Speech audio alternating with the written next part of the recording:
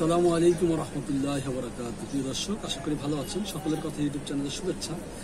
আলোচনা করব জাতিসংঘের মহাসচিব বাংলাদেশে আসার বিষয় নিয়ে।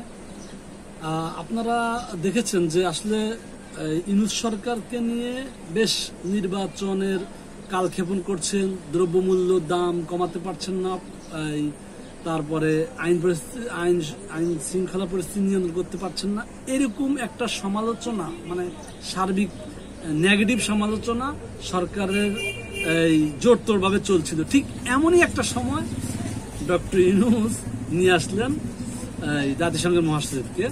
জাতিসংঘের মহাসচিবের আশা, উনি 4 দিনের সফর শেষ করা, বিভিন্ন দলের সাথে কথা বলা, ইফতার প্রোগ্রামে অংশগ্রহণ করা, খুবই আকর্ষণীয় পর্যায়ে সেটা হলো যে রোহিঙ্গাদের সাথে ইফতার করা। রোহিঙ্গা ইস্যু নিয়ে উনি ভালো ভূমিকা রাখার বিষয়টা যখন সামনে আসলো, আমার কাছে মনে হইল ডক্টর ইউনূসের নানান সমালোচনাগুলো এই সফরের মাধ্যমে ম্লান হয়ে গেল। এটা আপনার কাছে মনে হয়েছে কিনা জানি না।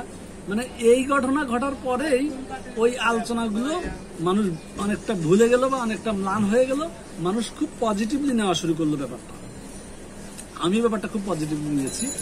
কেন পজিটিভলি নিয়েছি বলছি, প্রথম কথা হলো দ্রব্য মূল্যের ব্যাপারে আমি মেজর কোনো কমপ্লেন করি না। কেন করি না? প্রথম কথা হলো যে সবজি জাতীয় যে জিনিসগুলোর দাম কমেছে, এটা আসলে আমাদেরই উৎপাদিত পণ্য। এটা খুব বেশি দাম কমা আমি ঠিক মনে করি না। আগেও ঠিক মনে করি নাই, এখনো ঠিক মনে করি না। এটা একটা ব্যালেন্স থাকা দরকার, যাতে কৃষকও না মরে, আমরা যারা শহরে কিনে খাই তারাও যেন না মরে, এরকম হওয়া দরকার। একদম 2 টাকা 10 টাকা কেজি টমেটো এটা হওয়া উচিত না। হ্যাঁ, তো এই জন্য আমি মনে করি যে কৃষকও যেন বেঁচে থাকে, এই জন্য এই সবজি জাতীয় দ্রব্যমূল্যগুলো এরকম হওয়া উচিত। তবে চাউলের মূল্য কিন্তু নিয়ন্ত্রণ করতে পারেনি সরকার। এখন চাউলের দামটা এখনো মধ্যবিত্ত বা নিম্নবিত্ত নাগালের বাইরেই আছে। এই ব্যাপারে সরকার কাজ করতে পারে। আর আইন শৃঙ্খলা পরিস্থিতির যে বিষয়গুলো আমি অবনতি বলে মানুষ কথা বলে বা আমি কথা বলি, সেটা হলো যে আসলে খুব স্ট্রং একটা মানে সিস্টেম যখন একদম চূর্ণ বিচূর্ণ হয়ে গেছে না, পরবর্তীতে আরেকটা সিস্টেম ডেভেলপ হইতে সময় লাগবে। আমরা নানান কথা বলতে হবে।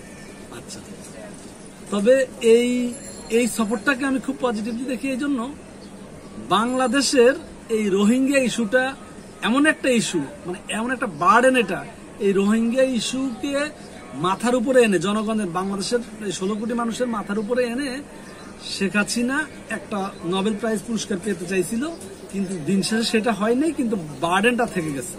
এটা তো পরিষ্কার কথা। আর ভারত বা আওয়ামী লীগের বা বাংলাদেশের এত বন্ধু ছিল, এত ভালো বন্ধু ছিল, জাতিসংঘের কোনো প্রোগ্রামে যতবারই ভোট গ্রহণ করা হয়েছে, কোনোবার ভারতের মতো দেশটা বাংলাদেশের পক্ষে ভোট দেয় নাই। রোহিঙ্গা ইস্যুতে বাংলাদেশের বিপক্ষে ভোট দিয়েছে, অর্থাৎ পাকিস্তান কিন্তু বাংলাদেশের পক্ষে ভোট দিয়েছে। তো সেই ক্ষেত্রে জাতিসংঘ রোহিঙ্গা ইস্যু নিয়ে খুব বেশি কথা বলার তো সুযোগই হয় নাই, তাই না? কারণ তারা দেখতেছে যে এটা বড় একটা প্রতিবেশী, এটা চাচ্ছে না। তো এই মুহূর্তে যে ঘটনাটা ঘটালেন ইউনূস সাহেব, যে একদম জাতিসংঘ মহাসচিব আসলেন, দেখলেন, আমি বলতে পারি যে জয় করলেন। হ্যাঁ, রোহিঙ্গাদের ইস্যু নিয়ে খুবই গুরুত্বপূর্ণ, খুবই স্পেসিফিক আলোচনা করলেন যে এটার উনি দফা করবেন। এবং ডক্টর ইউনূস বললেন যে প্রয়োজনে সারা বিশ্বের নেতাদের সাথে আমরা দেন দরবার করবো এই রোহিঙ্গাদের ফায়সালা করার জন্য। এই জন্য আমি মনে করি যে এটা ডক্টর ইউনূসের ম্যাজিক গুলার ভিতরে এটা একটা ম্যাজিক, এবং কি এরকম ম্যাজিক ডক্টর ইউনূস দেখাতে থাকবেন।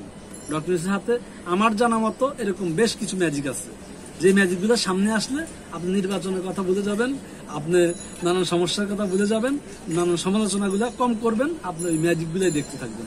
এবং ডক্টর ইউনূসের হাতে ওইরকম ম্যাজিক আছে।